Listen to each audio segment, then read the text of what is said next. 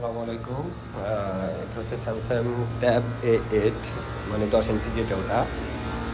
এটার ডিসপ্লে সমস্যা, দেখতেই পাচ্ছেন স্ক্রিন সমস্যা। তো স্ক্রিনটা আমরা চেঞ্জ করব। যেহেতু এটা ডিসপ্লেটা ভাঙা পুরোটা, কোনো লাইট আসতেছে না, কোনো কিছু আসতেছে না। সো থিনার বেশি দিলেও সমস্যা নাই, বেশি করে থিনার দিয়ে এটা খোলা যায়, খুলে নেওয়া যায়।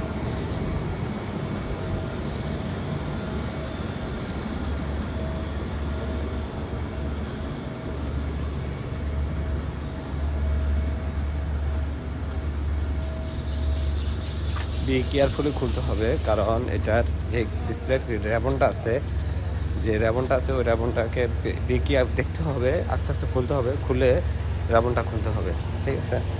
তো বেশি তাড়াহুড়ো করে খুললে র্যাবনটা ছিঁড়ে যাবে, ছিঁড়ে গেলে আবার একটা পেরেশানের মধ্যে পড়ে যাবে।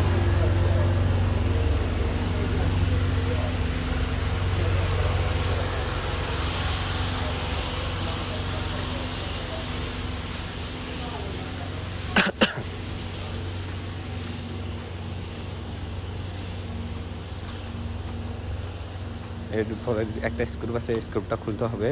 এটার মধ্যে ব্যাটারি কানেকশান আছে, অবশ্যই ব্যাটারি কানেকশান খোলা রেখে খুলবেন আগে, পরবর্তীতে ডিসপ্লে কানেকশান খুলবেন, কারণ না হলে শর্ট হয়ে যাওয়ার সম্ভাবনা বেশি থাকে।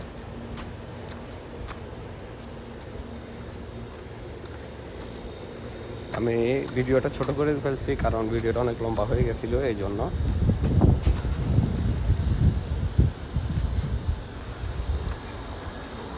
ডিসপ্লেটা চেক করবেন আগে, চেক করে এরপর লাগাবেন। আমি আগে চেক করে রাখছি, আপনাদের সুবিধার ক্ষেত্রে আমি একটু ছোট করে, মানে ভিডিওটা অনেক ছোট করে ফেলছি, প্রায় 3 মিনিটের মতো।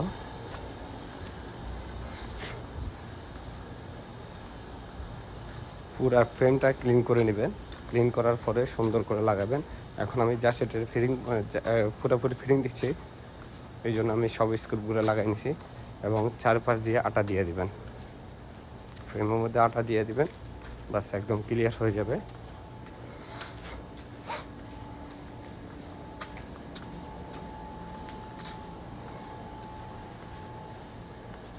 আপনার আটাটা দেওয়ার সময় অবশ্যই ক্যামেরার দিকটা খেয়াল করবেন, ক্যামেরা আছে জায়গায় সেন্সর আছে, হ্যাঁ?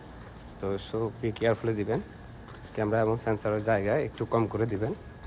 সেন্সরের উপরে উঠে গেলে সেন্সরও কাজ করবে না, ক্যামেরার উপরে উঠলে ক্যামেরা খারাপ হয়ে যাবে।